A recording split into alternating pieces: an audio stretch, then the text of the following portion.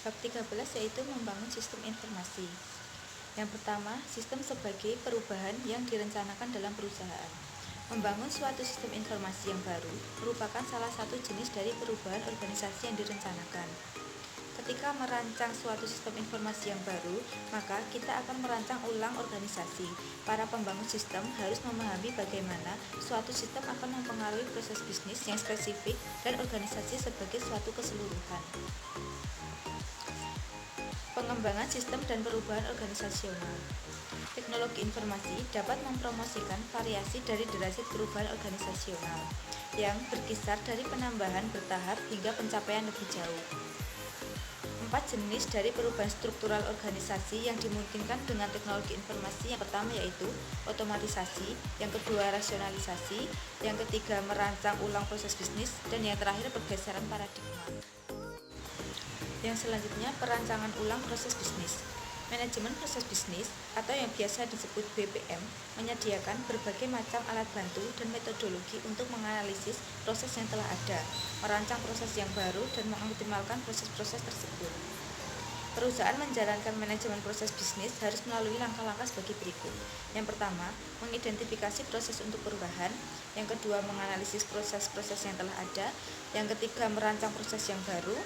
Yang keempat, mengimplementasikan proses yang baru. Dan yang terakhir, pengukuran yang terus-menerus. Bab yang selanjutnya yaitu ikhtisar pengembangan sistem.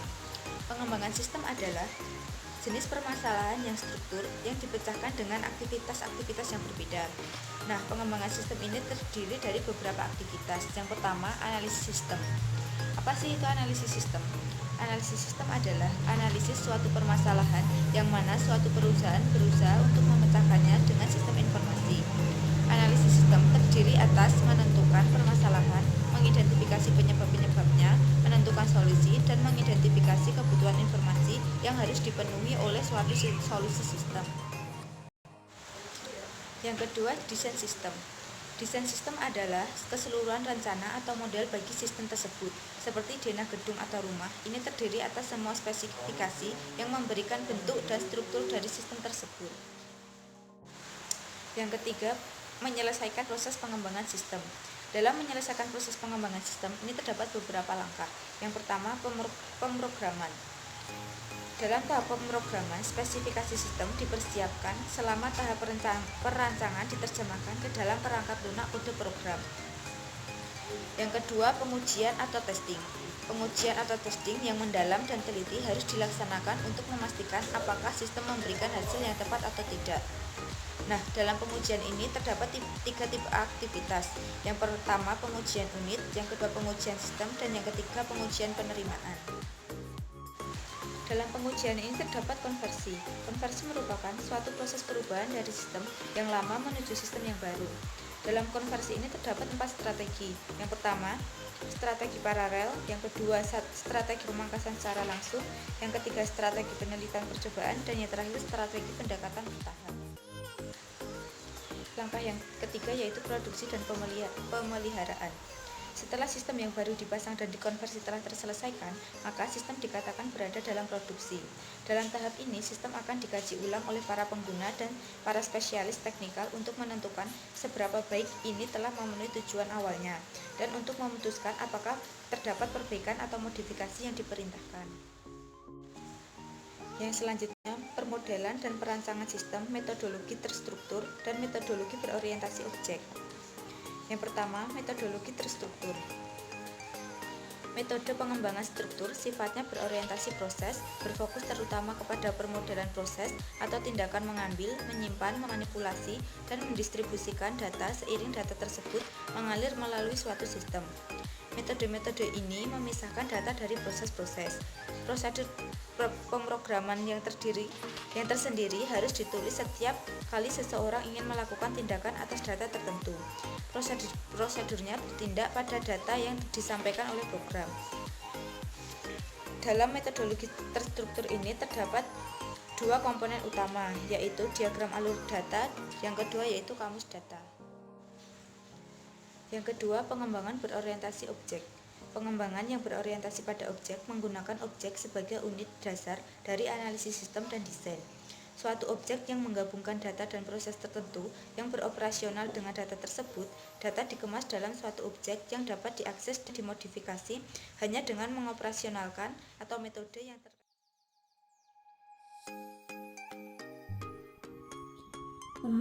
Materi yang selanjutnya adalah pendekatan alternatif pembangunan sistem. Terdapat 4 metode alternatif. Yang pertama, siklus hidup sistem tradisional. Siklus hidup sistem adalah metode pengembangan sistem informasi yang paling tua. Metodologi siklus hidup adalah pendekatan bertahap untuk membangun sistem, membagi pengembangan sistem menjadi tahapan formal.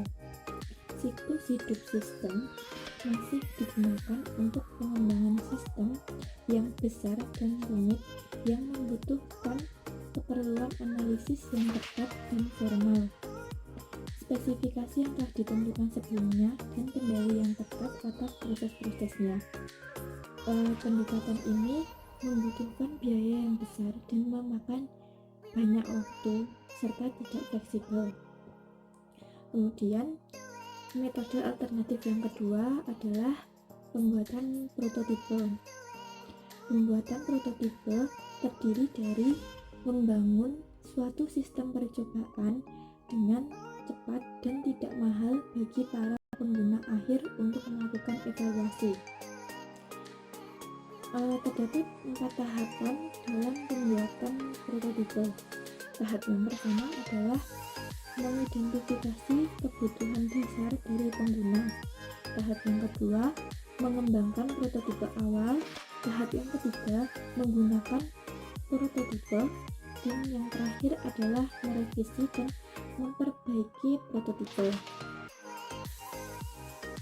Metode alternatif yang ketiga adalah pengembangan oleh pengguna akhir.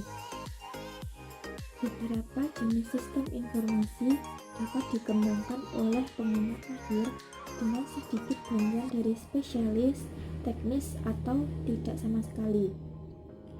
Bahasa generasi keempat adalah perangkat lunak yang membuat pengguna akhir dapat membuat laporan atau mengembangkan aplikasi perangkat lunak dengan sedikit bantuan atau tidak sama sekali. Bahasa generasi keempat cenderung tidak prosedural dibanding dengan bahasa pemrograman pada umumnya. Kemudian metode alternatif yang terakhir adalah paket perangkat lunak aplikasi dan alih daya. Sampai saat ini telah banyak sistem yang dibuat di atas fondasi paket perangkat lunak aplikasi, seperti adanya aplikasi untuk pembayaran gaji, piutang, buku besar, dan pengendalian persediaan. Jika suatu paket perangkat lunak dapat memenuhi kebutuhan perusahaan, maka tidak perlu membuat perangkat lunak sendiri dan dapat lebih menghemat biaya serta waktu. Namun, apabila kebutuhan perusahaan tidak dapat terpenuhi semuanya, maka terdapat fitur penyesuaian yang dapat memodifikasi paket perangkat lunak tanpa menghilangkan integritasnya.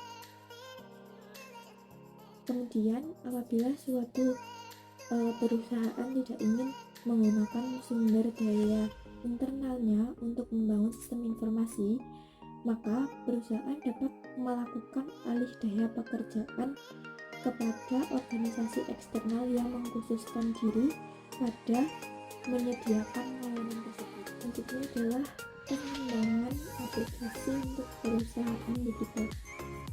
Yang pertama adalah pengembangan aplikasi cepat atau RAP. Pengembangan aplikasi cepat digunakan untuk menggambarkan proses pembuatan sistem yang dapat dilangsungkan dalam waktu yang sangat cepat.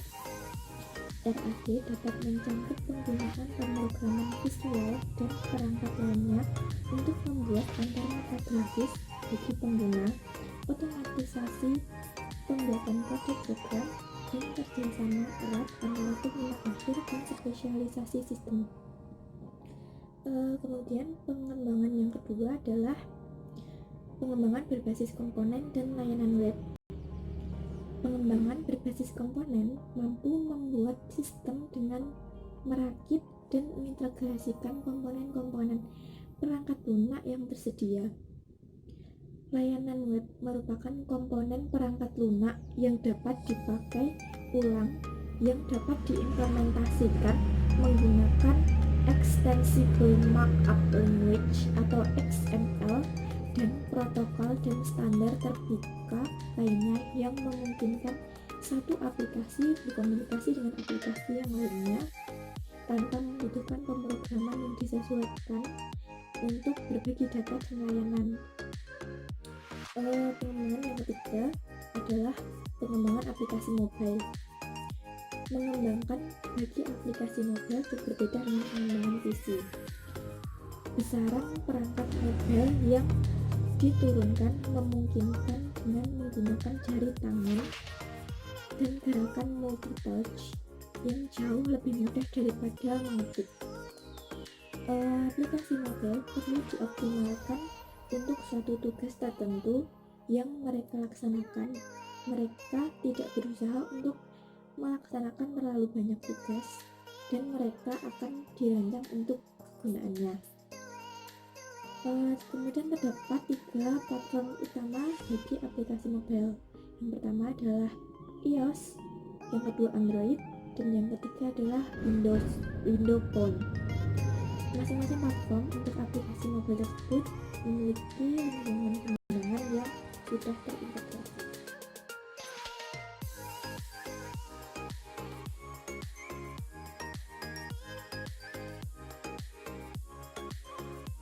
Nah, yang selanjutnya di sini saya akan menjelaskan tentang mengelola sistem global. Yang pertama, pertumbuhan sistem informasi internasional, yaitu mengembangkan arsitektur sistem informasi internasional. Arsitektur sistem informasi internasional atau International Information System Architecture terdiri atas sistem informasi dasar yang diperlukan oleh organisasi untuk mengoordinasikan perdagangan di seluruh dunia dan aktivitas-aktivitas lainnya. Strategi dasar yang perlu diikuti saat membuat sebuah sistem informasi internasional adalah memahami lingkungan global di mana perusahaan beroperasi. Penggerak bisnis atau business driver adalah kekuatan dalam lingkungan yang harus direspon perusahaan dan yang mempengaruhi arah gerak perusahaan. Demikian juga, kaji berbagai penghalang atau faktor negatif yang menimbulkan tantangan bagi manajemen, faktor-faktor yang dapat menghambat perkembangan bisnis global. Yang selanjutnya adalah lingkungan global, penggerak dan tantangan bisnis. Penggerak bisnis global dapat dibagi ke dalam 2 kelompok. Yang pertama, faktor budaya umum dan faktor bisnis khusus. Beberapa faktor budaya umum yang mudah dikenali telah menggerakkan internasionalisasi sejak Perang Dunia II. Perkembangan komunikasi global telah menciptakan desa global dalam pengertian yang lain. Kebudayaan global atau global culture yang dibentuk oleh televisi, internet, dan media global lainnya seperti film yang saat ini membuat berbagai budaya dan orang mengembangkan ekspektasi-ekspektasi yang sama tentang benar dan salah, yang baik dan tidak baik, pemberani dan pengecut. Faktor terakhir untuk dipertimbangkan adalah perkembangan dasar ilmu pengetahuan global. Faktor-faktor budaya umum ini menyebabkan internasionalisasi dalam beberapa faktor globalisasi bisnis yang khusus yang mempengaruhi hampir seluruh perindustrian. Kemudian yang selanjutnya adalah tantangan bisnis. Di tingkat budaya, partikularisme, penilaian dan tindakan berdasarkan pemikiran yang sempit atau berdasarkan karakteristik pribadi dalam bentuk apapun, baik agama, kebangsaan, etnis, regionalisme, ataupun posisi geopolitik, menolak konsep dasar dari sebuah kultur global bersama dan menolak dimasukinya pasar domestik oleh barang dan jasa asing. Perbedaan dalam beberapa kebudayaan menghasilkan perbedaan dalam ekspektasi sosial, politik, dan pada akhirnya aturan hukumnya. Perbedaan budaya dan politik secara mendalam mempengaruhi proses bisnis organisasi dan penerapan dari teknologi informasi. Sejumlah hambatan-hambatan tertentu yang timbul dari perbedaan budaya yang umum, segala sesuatu dari tingkat keandalan jaringan telepon yang berbeda-beda hingga kekurangan para konsultan yang terampil. Kemudian yang selanjutnya adalah paling mutakhir. Seseorang mungkin berpikir dengan adanya kesempatan untuk mendapatkan keunggulan kompetitif, sebagaimana disoroti sebelumnya, dan minat yang tinggi dalam aplikasi-aplikasi pada masa mendatang, sebagian besar perusahaan internasional telah mengembangkan arsitektur sistem internasional yang mengagumkan. Perusahaan-perusahaan dalam situasi semakin menghadapi tantangan kompetitif yang kuat di pasar dari perusahaan yang telah memperbaiki sistem internasionalnya dengan baik. Ada lagi perusahaan yang baru-baru ini telah membuat platform teknologi untuk sistem internasional tetapi tidak tahu arah karena tidak memiliki strategi global. Kemudian yang selanjutnya yaitu mengelola sistem informasi internasional. 3 isu yang dihadapi oleh perusahaan dalam meraih posisi global yaitu memilih strategi, mengatur bisnis, dan mengelola wilayah manajemen sistem. 2 yang pertama saling terkait satu sama lain. Yang pertama, strategi global dan organisasi bisnis.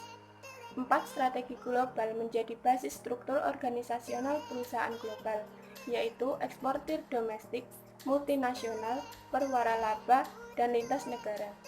Masing-masing strategi ini sesuai dengan struktur organisasi perusahaan yang spesifik. Untuk mempermudahnya, akan dijelaskan 3 jenis struktur organisasional atau tata kelola, yaitu tersentralisasi atau terpusat atau di negara asal, terdesentralisasi atau unit yang berdiri sendiri, dan terkoordinasi atau semua unit berpartisipasi dalam kesetaraan. Strategi eksportir domestik atau domestic strategic dicirikan dengan terpusatnya aktivitas perusahaan di negara asal perusahaan tersebut. Hampir semua perusahaan internasional dimulai dengan cara ini, kemudian berubah ke bentuk yang lainnya. Yang selanjutnya, strategi multinasional atau multinasional strategik memusatkan manajemen keuangan dan pengendalian di luar negara asal, sementara melakukan desentralisasi dalam operasi produksi, penjualan, dan pemasaran kepada unit-unit di negara-negara lain. Produk dan layanan penjualan di berbagai negara disesuaikan dengan kondisi pasar setempat. Kemudian yang selanjutnya adalah perwaralaba atau franchisor. Merupakan penggabungan yang menarik dari hal yang baru dan yang lama. Di satu sisi, produk diciptakan, dirancang, dibiayai, dan diproduksi pertama kalinya di negara asal. Tetapi untuk alasan-alasan khusus, terdapat produk tertentu harus disesuaikan dengan personal luar negeri untuk memperluas proses produksi, pemasaran, dan sumber daya manusianya. Pada umumnya, perwaralaba dari luar negeri merupakan duplikat dari perwaralaba di negara asalnya. Tetapi untuk benar-benar mengkoordinasikannya di seluruh dunia agar dapat mengoptimalkan faktor produksi yang sangat sulit dilakukan. Kemudian yang selanjutnya, sistem global untuk menyesuaikan strategi. Teknologi dan informasi dan perkembangan telekomunikasi global memberikan lebih banyak keleluasaan bagi perusahaan-perusahaan internasional untuk mempertajam strategi global mereka. Konfigurasi, manajemen, dan pengembangan sistem cenderung mengikuti strategi global yang dipilih. Kemudian yang selanjutnya adalah menata ulang bisnis. Yang pertama, menata ulang aktivitas yang dapat memberikan nilai tambah sesuai dengan keunggulan komparatifnya. Yang kedua, mengembangkan dan mengoperasikan unit-unit sistem pada setiap aktivitas perusahaan regional, nasional, dan internasional. Dan yang ketiga, yaitu mendirikan kantor tunggal di kantor pusat dunia yang bertanggung jawab atas pengembangan sistem internasional, posisi Direktur Informasi atau Chief Information Officer atau CEO. Banyak perusahaan yang berhasil merencanakan struktur sistem organisasi dengan menggunakan prinsip ini. Keberhasilan perusahaan ini tidak hanya bergantung pada aktivitas organisasi tepat, tetapi juga dengan bahan utama yang tepat, tim manajemen yang mampu memahami risiko dan manfaat dari sistem internasional dan dapat merancang strategi untuk mengatasi risiko tersebut. Dan selanjutnya, mengelola sistem global. Pertama, skenario yang umum disorganisasi skala global. Sebuah perusahaan multinasional yang tradisional yang bergerak di bidang barang-barang kebutuhan konsumen yang berkantor pusat di Amerika Serikat dan beroperasi di Eropa ini memperluas perusahaannya ke pasar Asia, dan perusahaan ini menyadari bahwa perusahaan ini harus mengembangkan strategi lintas negara dan struktur sistem informasi pendukungnya. Yang kedua, strategi sistem global.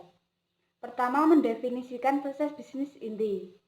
Cara mengidentifikasi proses bisnis inti ini adalah melakukan analisis proses bisnis inti. Yang kedua, mengidentifikasi sistem inti untuk koordinasi terpusat.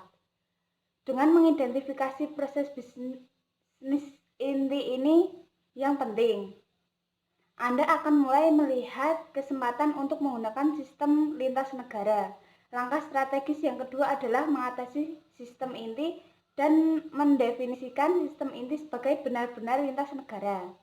Yang ketiga, memilih pendekatan bertahap, rancangan keseluruhan evolusioner. Yang selanjutnya, manfaat bagi perusahaan. Sistem global. Sistem lintas negara yang benar-benar terintegrasi dan terdistribusi memberikan kontribusi terhadap manajemen dan koordinasi yang lebih. Kedua, kemampuan untuk beralih pemasok secara seketika dari suatu wilayah ke wilayah lainnya ketika terjadi krisis.